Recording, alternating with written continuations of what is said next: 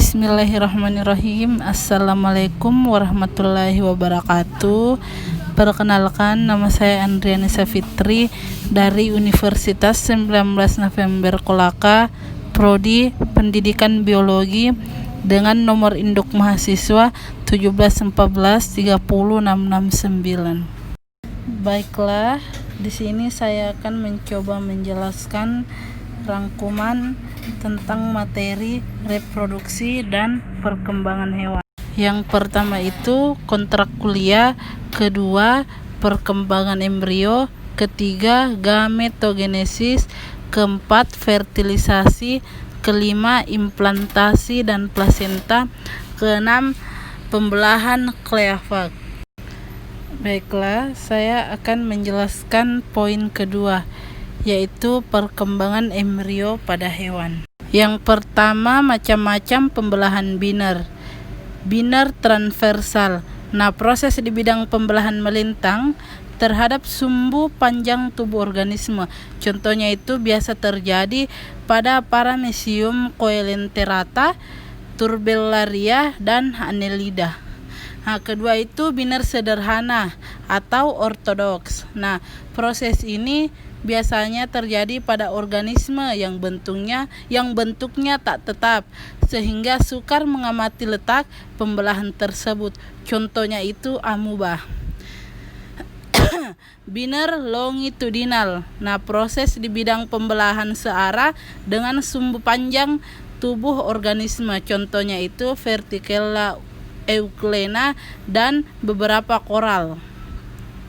Biner oblique, yaitu proses di bidang pembelahan miring terhadap sumbu panjang tubuh. Contohnya banyak terjadi pada Dinoflagellata. Kelima, strobilasi. Pada metazoa tertentu peristiwa ini pembelahan transversal terjadi secara simultan dan menghasilkan sejumlah individu yang sering tidak segera memisahkan diri. Contohnya Aurelia. Nah, setelah macam-macam pembelahan biner, di sini ada sigami. Sigami itu terbagi menjadi 9.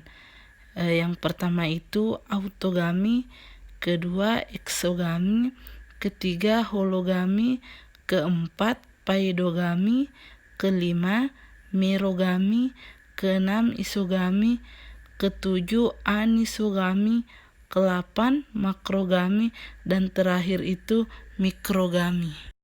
Selanjutnya, pengertian embrio. Embrio adalah organisme atau sel yang hidup pada masa awal pertumbuhan. Embrio terjadi pada manusia, hewan, dan tumbuhan.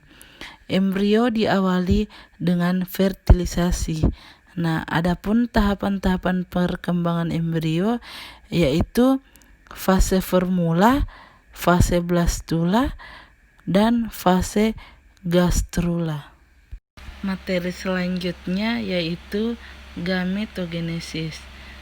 Gametogenesis itu adalah proses pembentukan gamet jantan atau betina.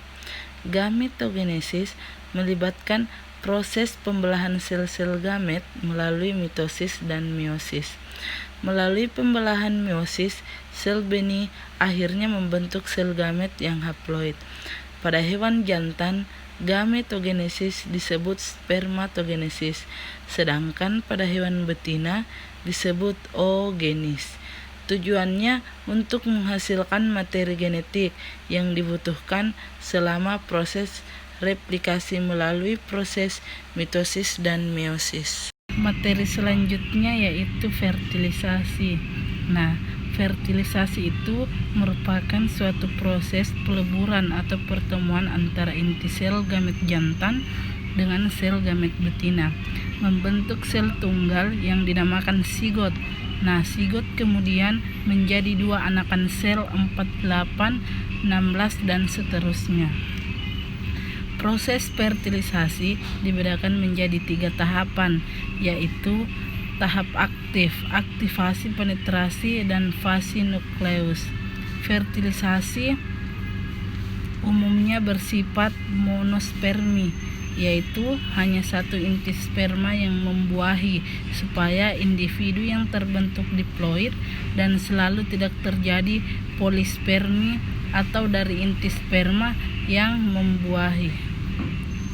Macam-macam fertilisasi itu ada dua, fertilisasi eksternal dan internal. Nah, di sini fertilisasi eksternal itu umumnya terjadi di lingkungan akuatik. Gamet betina berupa telur dan gamet jantan berupa sperma disebabkan ke lingkungan air. Sedangkan fertilisasi internal itu adalah umumnya terjadi sebagian besar hewan darat, meskipun sebagian hewan akuatik yang fertilisasinya terjadi secara internal. Materi yang keempat itu ada implantasi dan plasenta. Tipe implantasi berdasarkan kedalaman proses implantasi itu ada 3. Yang pertama superficial, kedua eksentrik, ketiga interstitial. Sedangkan plasenta adalah kesatuan struktur dan hubungan antara selaput ekstra embrionik fetus dengan endometrium induk.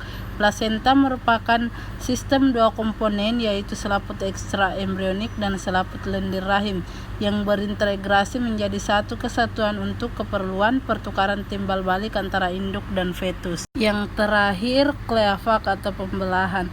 Setelah proses fertilisasi terjadi, zigot yang terbentuk mengalami serangkaian proses pembelahan yang sangat cepat. Pada fase ini, awalnya zigot akan membelah menjadi 2 sel atau dikenal dengan nama plasmater. Biasanya terjadi 30 jam setelah fertilisasi. Ciri-ciri pembelahan zigot diantaranya yaitu ukuran embrio relatif tidak bertambah dan bentuk umum embrio tidak berubah kecuali terbentuknya rongga blastokoel. Yang kedua, adanya transformasi dari bagian substansi sitoplasma menjadi bagian substansi inti. Yang ketiga, adanya perubahan-perubahan kualitatif komposisi telur yang terbatas.